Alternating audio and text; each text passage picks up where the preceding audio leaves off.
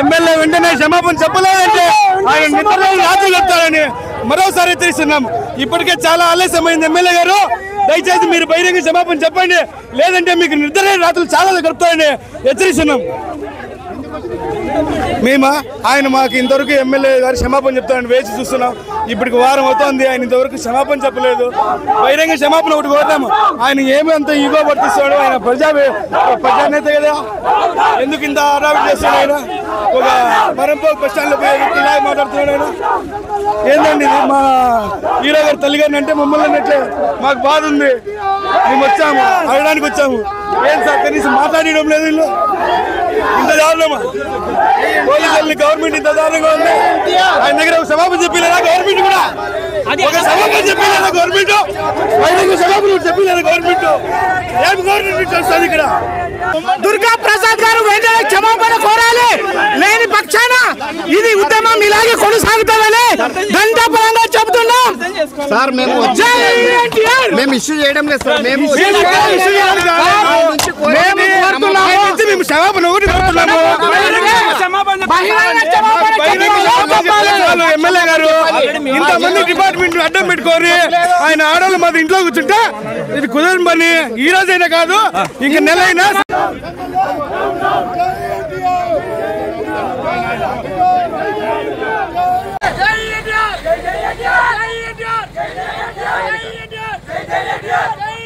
జై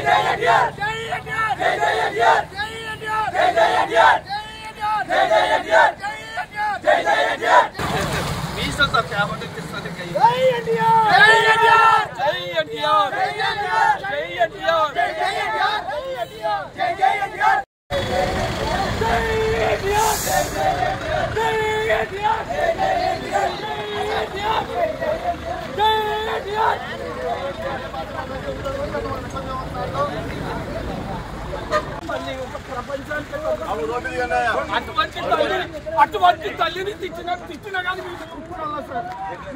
వెహికల్ నెంబర్లన్నీ తీసుకుని ప్రతి ఒక్క కీస్ తీసుకోబెట్టుకో.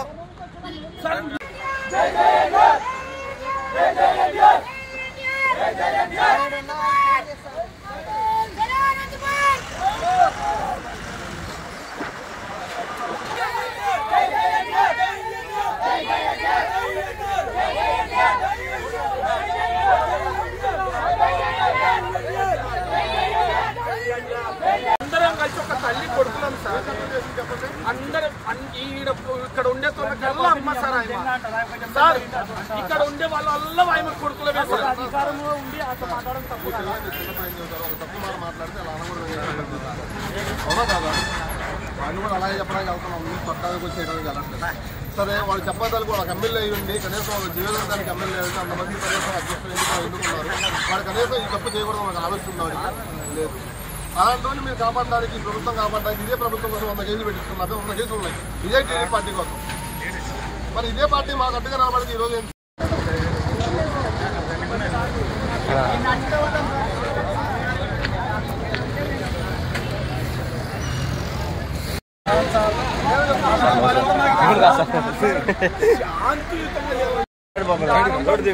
సందులో పోయినా కానీ కర్నూలు పోవాలన్నా, హైదరాబాద్ పోవాలన్నా నాకు తెలిసే పోవాలా. అప్పుడు ఏం చేస్తావు? ఎప్పుడు అడ్డమస్తారా? రెండో పెళ్ళి అంటే రెండో పెళ్ళి చెప్తారు కదా. ఇక్కడి నుంచి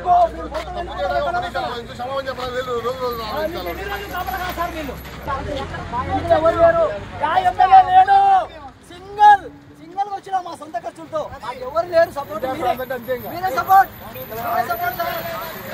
మాది. మమ్మల్ని వదలండి, మమ్మల్ని అంతే.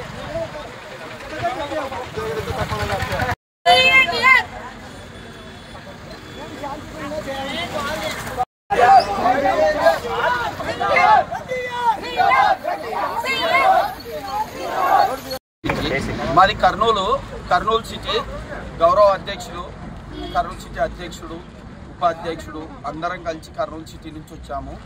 చాలామంది వచ్చాము. ఒక 10 వెహికల్స్ దగ్గర వచ్చాము.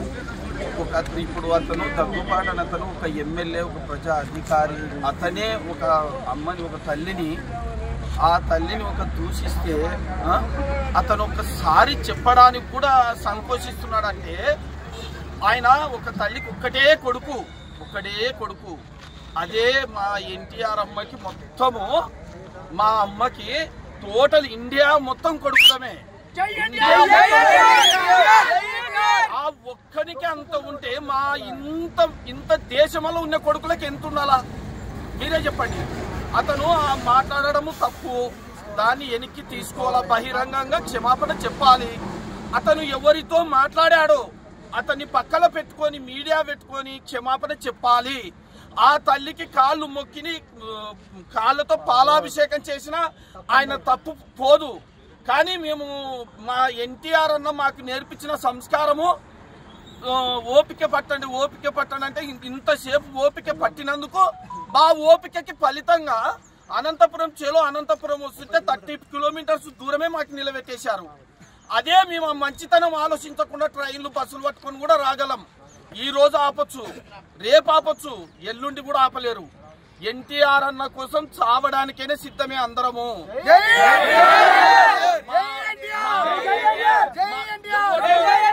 ఎవరినో అంటే ఒక మాట అంటే పడిండము. అటువంటిది మా సొంత తల్లిని అన్నాడు అతను. అతన్ని ఇంతవరకు కూడా మేము ఒక్క మాట కూడా గలీజ్గా మాట్లాడడం లేదు. ఎందుకు మాట్లాడడం లేదు? మా అన్న నేర్పించిన సంస్కారం. అతన్ని ఏం అనొద్దనని సరే అట్లే ఉన్నాము. కానీ చాలా ఇంకా ఇప్పుడు వేలలో వచ్చాం, లక్షల్లో వస్తారు, కోట్లలో వస్తారు. అనంతపురం చూడని జనం చూస్తారు. కంపల్సరీ ఆయన తొందరలో పిలుచుకొని సారీ చెప్పి తప్పైందని చెప్పి మా అమ్మకి కాళ్ళు మొక్కి తప్పైందని చెప్పి ఏదో ఆయన తప్పు సరిదిద్దుకొని ఉంటేనా సరిపోయా, లేదంటే ఆయన జీవితం కలాషు. కంపల్సరీ ఆయనను వదిలిపెట్టే క్వశ్చనే లేదు. ఆయన ఇంట్లో నుంచి బయటికి వెళ్ళేదే లేదు. ఏ ఊరు అయినా అన్న తమ్ముళ్ళు ఉంటారు. ఆయన ఏ ఇల్లు దాటితే గడప ముందరనే మా ఎన్టీఆర్ తమ్ముళ్ళు ఉంటారు. ఆయన ఎక్కడ పోలేడు, అన్నం తినలేడు, పనుకోలేడు, నిద్రపోలేడు, లేయలేడు. అందుకని ఆయన మర్యాదగా తొందరలోనే చెప్పి ఆయన తప్పు సరిదిద్దుకుంటేనే మంచిది.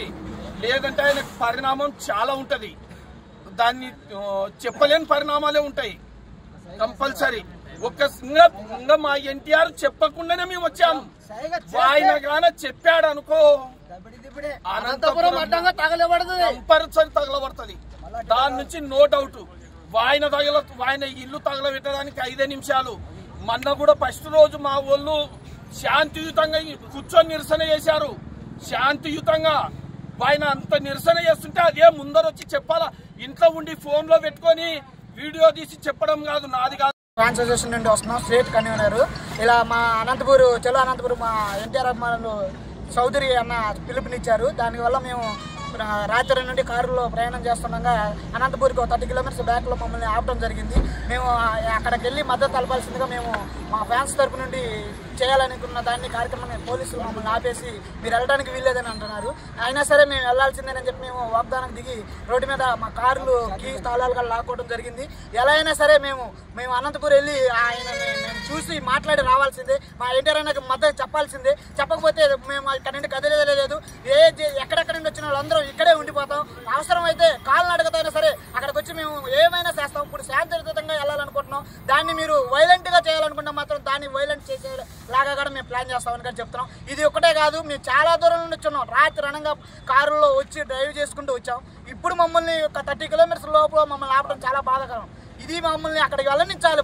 మేమేమి అక్కడికి వెళ్ళి గొడవలు చేస్తామని అన్నట్ల మద్దతు తెలుపుతాం అంతే. మా అన్న చౌదరి అనే అన్న, నరేందర్ చౌదరి అన్న అన్నకి మేము మద్దతు తెలపడానికి తిరువిధి హరికృష్ణ అనే ఎన్టీఆర్ స్టేట్ కన్వీనర్ గా మేము వెళ్ళి మద్దతు తెలుపుతామని చెప్తాం. నా పేరు నల్లూరు నాంచారయ్య. అన్నయ్యకి సంబంధించి నేను మాట్లాడుతున్నాను. కంపల్సరీ మేము వెళ్ళాల్సిందే, అనంతపురి వెళ్ళాల్సిందే. వెళ్ళకపోతే ఒప్పుకునేది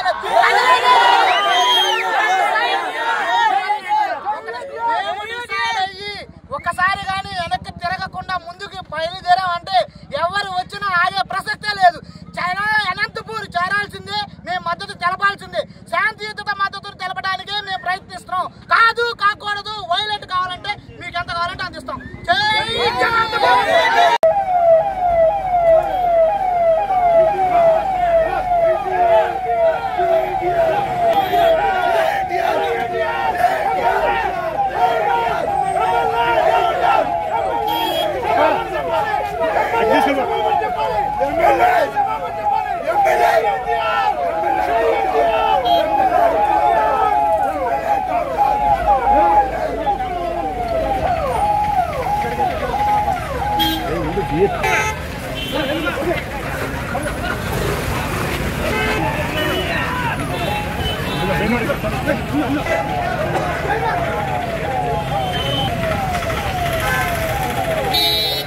ఇక్కడ మీ షాపుల్లో తప్ప ఎవరు ఉంటారు.